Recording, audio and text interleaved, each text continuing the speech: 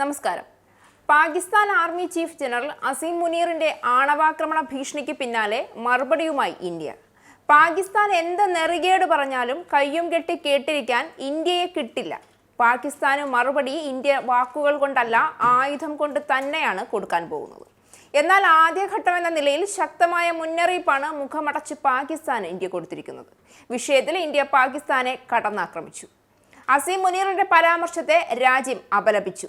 നിരുത്തരവാദപരമായ പ്രസ്താവന എന്നാണ് ഇന്ത്യ പാക് സൈനിക മേധാവിയുടെ പ്രസ്താവനകളെ വിശേഷിപ്പിച്ചത്.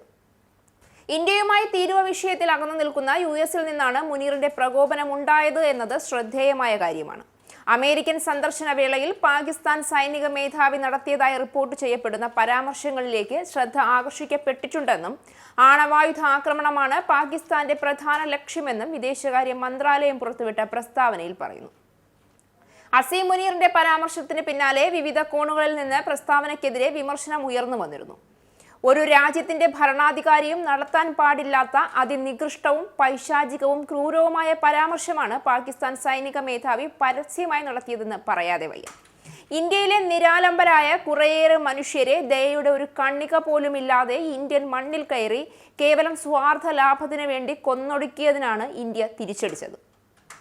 കിട്ടുന്നത് മുഴുവൻ വാങ്ങി പോക്കറ്റിൽ തിരികെ മിണ്ടാതിരിക്കാൻ വിലപിടിപ്പുള്ള സമ്മാനമല്ല ഇന്ത്യക്ക് പാകിസ്ഥാൻ ഭരണകൂടം സ്വന്തം അറിവോടെ തീറ്റിപ്പോറ്റി വളർത്തി വലുതാക്കി വച്ചിരിക്കുന്ന തീവ്രവാദികൾ നൽകിയത്. അങ്ങനെ ഇന്ത്യൻ മണ്ണിൽ കയറി വെല്ലുവിളി നടത്തി ഇന്ത്യക്കാരെ കൊന്നൊടുക്കിയാൽ പേടിച്ച് മാളത്തിൽ ഒളിച്ചിരിക്കേണ്ട യാതൊരു ഗതികേടും ഇന്ത്യക്കില്ല. തീവ്രവാദികളുടെ മരണാനന്തര ചടങ്ങിൽ പോലും പാകിസ്ഥാൻ ഭരണകൂടം ഒരു ഉളുപ്പുമില്ലാതെ പങ്കെടുക്കുന്ന ദൃശ്യങ്ങൾ പുറത്തു വന്നിട്ട് നമുക്കെന്തുമാവാം, നിങ്ങൾ അനുഭവിച്ചോളണം എന്ന് പറഞ്ഞാൽ മിണ്ടാതിരിക്കാൻ മോദിയെ കിട്ടില്ല. ഇങ്ങോട്ട് തരുമ്പോൾ കുഴപ്പമില്ല, കണക്കു പറഞ്ഞ് തിരിച്ചു തരുമ്പോൾ മാത്രം ന്യായവും നീതിയും നോക്കണമെന്ന് പറയാൻ പാകിസ്ഥാന് എന്ത് യോഗ്യതയാണുള്ളത്? ഇന്ത്യയിൽ നിന്ന് അസ്തിത്വ ഭീഷണി നേരിടുകയാണെങ്കിൽ ആണവായുധ സമ്പന്ന രാഷ്ട്രമായ പാകിസ്ഥാൻ ലോകത്തിന്റെ പകുതിയും നശിപ്പിക്കുമെന്നാണ് അസീം മുനീർ തന്റെ US സന്ദർശന വേളയിൽ പ്രഖ്യാപിച്ചത്. ഒരു മൂന്നാം രാജ്യത്തിനെതിരെ US മണ്ണിൽ നിന്ന് ഒരു ആണവ ഭീഷണി പുറപ്പെടുവിക്കുന്നതിന്റെ അറിയപ്പെടുന്ന ആദ്യ സംഭവം കൂടിയായിരുന്നു ഇത്. എന്നിട്ടും എല്ലാത്തിലും ആവശ്യത്തിനും അനാവശ്യത്തിനും ന്യായം പറയുന്ന ട്രംപിന്റെ നാവിറങ്ങിപ്പോയി എന്നുള്ളതാണ് സത്യം. അമേരിക്കൻ മണ്ണിൽ ചെന്ന് നിന്ന് ഒരു രാജ്യത്തെ മുഴുവൻ ജനങ്ങളെയും ലോകത്തിന്റെ പകുതിയും തകർത്ത് തരിപ്പണമാക്കുമെന്ന് പാകിസ്ഥാൻ സൈനിക മേധാവി തന്നെ വെല്ലുവിളിക്കുമ്പോൾ മാത്രം ട്രംപിന് മൗനമാണ് മറുപടി. പക്ഷേ ഇതൊക്കെ കേട്ടിട്ട് മിണ്ടാതിരിക്കേണ്ട യാതൊരു കാര്യവും മോദി ഭരിക്കുന്ന ഇന്ത്യക്കില്ല. ഇത്തരം പരാമർശങ്ങളിൽ അന്തർലീനമായിരിക്കുന്ന ഉത്തരവാദിത്തമില്ലായ്മയെക്കുറിച്ച് അന്താരാഷ്ട്ര സമൂഹത്തിന് സ്വന്തം നിഗമനങ്ങളിൽ എത്തിച്ചേരാൻ കഴിയും. ഇത് സൈന്യം തീവ്രവാദ ഗ്രൂപ്പുകളുമായി കൈകോർക്കുന്ന ഒരു സംസ്ഥാനത്ത് ആണവ കമാൻഡിന്റെയും നിയന്ത്രണത്തിന്റെയും സമഗ്രതയെക്കുറിച്ചുള്ള സ്ഥിരമായ സംശയങ്ങളെ ശക്തിപ്പെടുത്തുന്നു എന്നായിരുന്നു ഇന്ത്യയുടെ മറുപടി.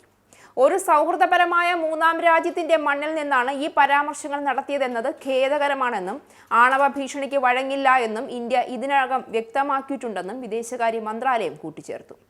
ദേശീയ സുരക്ഷ ഉറപ്പുവരുത്തുന്നതിനാവശ്യമായ എല്ലാ നടപടികളും തുടർന്നും സ്വീകരിക്കുമെന്നും മന്ത്രാലയം അറിയിച്ചു.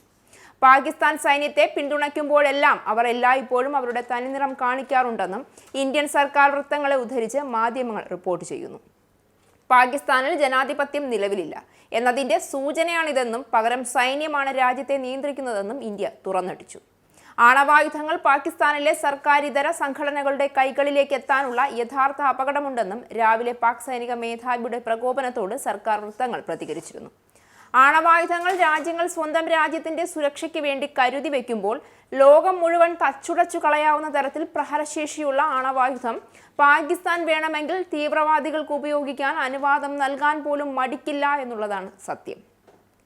മുഴുവൻ രാജ്യങ്ങളോടും ഇത്രയും ധാർഷ്ട്യത്തിൽ വെല്ലുവിളി നടത്തിയ പാകിസ്ഥാനെ ഒറ്റപ്പെടുത്തി കയ്യിൽ നിന്ന് ആണവായുധം പിടിച്ചെടുക്കേണ്ട സമയം അതിക്രമിച്ചിരിക്കുന്നു എന്ന് ഇതിനേക്കാൾ വലിയ തെളിവ് എന്താണ് വേണ്ടത്? ഇസ്രായേലിന്റെ 5 സൈനിക താവളങ്ങളിൽ കനത്ത നാശനഷ്ടം. മോദി വെളിപ്പെടുത്തുന്ന ഇന്ത്യയുടെ വികസനത്തിന്റെ മയക്കുമരുന്ന് വിൽപ്പനയ്ക്കെതിരെ ശക്തമായ നടപടിയെടുത്ത് ഷാർജ പോലീസ്. അമേരിക്കയിലെ സാധാരണ മനുഷ്യരോട് കൂടിയാണ് കോൺഗ്രസിനുള്ളിൽ പങ്കുവയ്ക്കാൻ ഓപ്പറേഷൻ സിന്ദൂറിൽ ഉപയോഗിച്ചത്.